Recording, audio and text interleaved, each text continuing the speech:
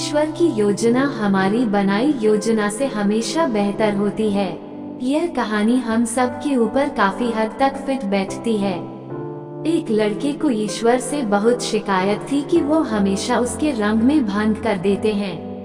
मांगो नीला तो पीला दे देते हैं, हमेशा अपने मन की करते हैं। उसकी क्या किसी की भी मनोकामना उस तरीके से पूरी नहीं करते जैसा वह व्यक्ति चाहता है।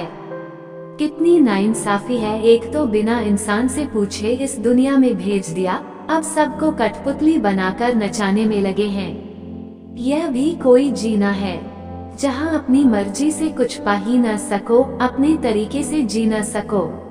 रोज ईश्वर को उसने इतना कोसा कि ईश्वर को अपनी सफाई देने आना पड़ा। उन्होंने उससे हंसकर पूछा, तुम इतने परेशान क्यों रहते हो? उस लड़के ने कहा, आपके विधान से मैं बिल्कुल भी खुश नहीं हूँ। हम इंसानों की जिंदगी जीकर देखो तो पता चले, हमारी मनोकामनाएं पूर्ण करने में आपको पता नहीं क्या तकलीफ होती है।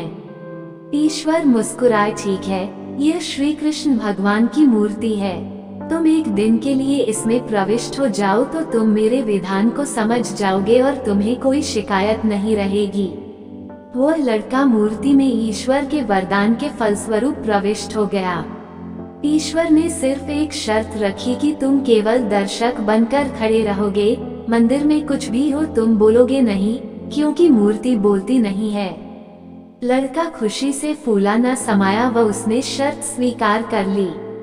सबसे पहले मंदिर में श्री कृष्ण की मूर्ति के सम्मुख एक धनवान व्यक्ति आया और माथा टेककर बोला, भगवान, मैं व्यापार के सिलसिले में पहली बार दूर देश जा रहा हूँ, कृपा करके मुझे वरदान दीजिए कि मुझे सफलता मिले। माथा टेकने पर झुकने से उसका नोटों से भरा पस गिर गया। मूर्ति बने लड़के ने देखा, किंतु शर्त से बंधा होने के कारण वह कुछ कह न सका। थोड़ी देर में एक गरीब आदमी आया और कृष्ण भगवान को अपना दुखड़ा सुनाने लगा। तभी उसकी नजर पस पर पड़ी और खुश होकर भगवान का उपहार समझकर चला गया। मूर्ति बेचारी शर्त के वश होकर शांत रही। इतने में वह धनवान व्यक्ति वापस आया। वहाँ एक नाविक खड़ा था। उसने उसको पस देने को कहा कि तुम ही मेरे बाद आए हो, अवश्य तुम्हारे पास ही पस है। नाविक ने बहुत मना किया, लेकिन पुलिस उसे पकड़कर ले जाने लगी। तब मूर्ति से रहा नहीं गया, उसने उनके सामने सारी कहानी बयान कर दी। गरीब आदमी को ढूंढ कर लाया गया और जेल भेज दिया गया। बाद में मूर्ति बने लड़के ने ईश्वर को गर्व से बताया कि कैसे उसने न्याय किया। ईश्वर ने कहा, यह क्या किया तुमने? तुमने मेरी योजना का बंटाधार कर दिया। अमीर आदमी का कुकर्मों से कमाया धन गरीब के काम आ जाता।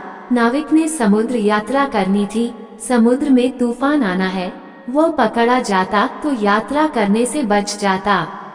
दरअसल हम वही देखते हैं जो सामने दिख रहा होता है। दूरगामी परिणामों से हम अनजान होते हैं।